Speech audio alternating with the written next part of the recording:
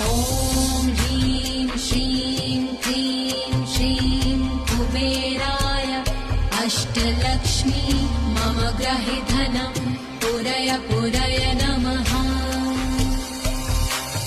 ॐ ह्रीं श्रीं क्लीं श्रीं कुबेराय अष्टलक्ष्मी मम गृहे धनं पुरय पुरय नमः। ॐ ह्रीं श्रीं क्लीं श्रीं कुबेराय अष्टलक्ष्मी मम गृहे धनं पुरय पुरय नमः।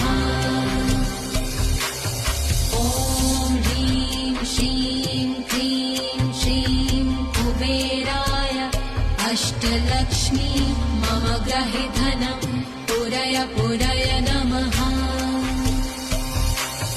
ॐ ह्रीं श्रीं क्लीं श्रीं कुबेराय अष्टलक्ष्मी मम गृहे धनं पुरय पुरय नमः।